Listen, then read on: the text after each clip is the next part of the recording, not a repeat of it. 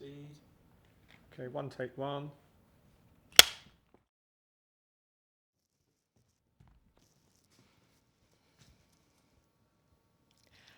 The one issue upon which there seems to be most uncertainty and disagreement exists in the moral side of the subject of birth control.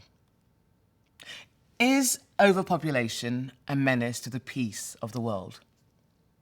Would the legal dissemination of scientific birth control information be the most logical method of checking the problem of overpopulation? Would knowledge of birth control change the moral attitude of men and women toward the marriage bond or lower the moral standards of the youth of the country? Do you believe that knowledge which enables parents to limit their families will make for human happiness and raise the moral, social, and intellectual standards of population? When one speaks of moral, one refers to human conduct. This implies action of many kinds, which in turn depends upon the mind and the brain.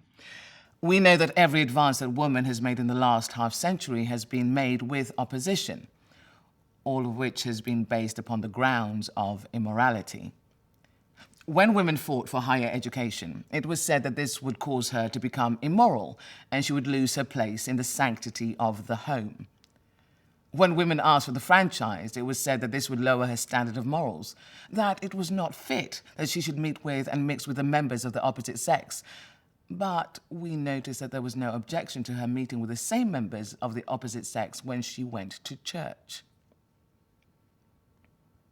The church has ever opposed the progress of woman on the ground that her freedom would lead to immorality. We ask the church to have more confidence in women. We ask the opponents of this movement to reverse the methods of the church, which aims to keep women moral by keeping them in fear and in ignorance, and to inculcate into them a higher and truer morality based upon knowledge. And ours is the morality of knowledge.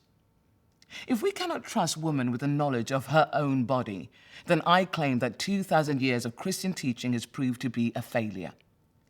We stand on the principle that birth control should be available to every adult man and woman. We believe that every adult man and woman should be taught the responsibility and the right use of knowledge. We claim that woman should have the right over her own body, and to say if she shall or if she shall not be a mother, as she sees fit.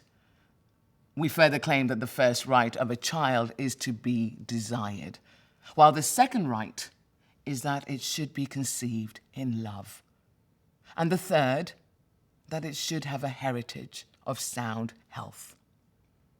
There are laws in this country which forbid the imparting of practical information to the mothers of the land.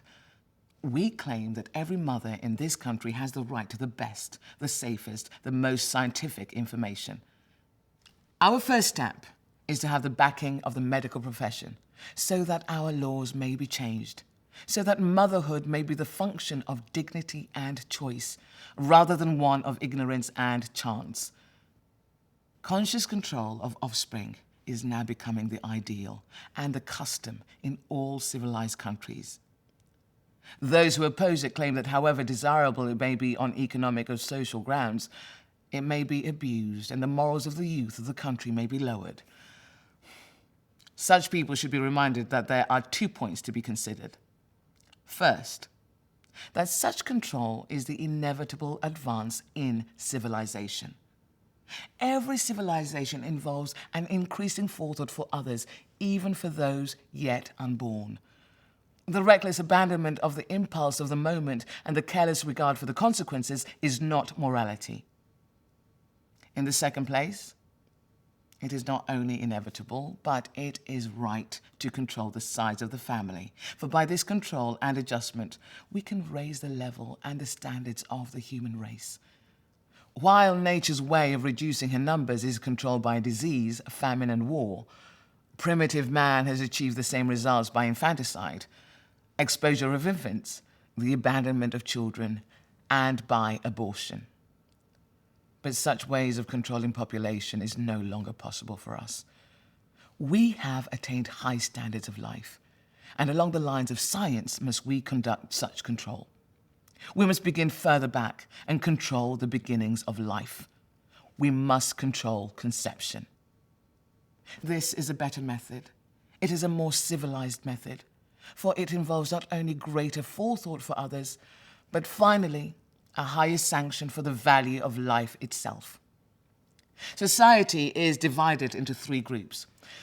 Those intelligent and wealthy members of the upper classes who have obtained knowledge of birth control and exercise it in regulating the size of their families.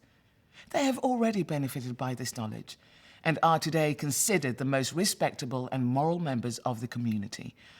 They have only children when they desire, and all society points to them as types that should perpetuate their kind. The second group is equally intelligent and responsible. They desire to control the size of their families, but are unable to obtain knowledge or to put such available knowledge into practice. The third are those irresponsible and reckless ones having little regard for the consequence of their acts, or whose religious scruples prevent their exercising control over their numbers.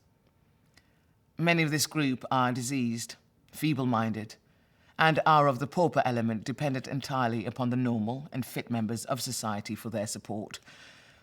There is no doubt in the minds of all thinking people that the procreation of this group should be stopped. For if they are not able to support and care for themselves, they should certainly not be allowed to bring offspring into this world for others to look after. We do not believe that filling the earth with misery, poverty, and disease is moral. And it is our desire and intention to carry on our crusade until the perpetuation of such conditions has ceased. We desire to stop at its source the disease, poverty, and feeble-mindedness and insanity which exist today, for these lower the standards of civilization and make for race deterioration. We know that the masses of people are growing wiser and are using their own minds to decide their individual conduct. The more people of this kind we have, the less immorality shall exist. For the more responsible people grow, shall they attain real morality.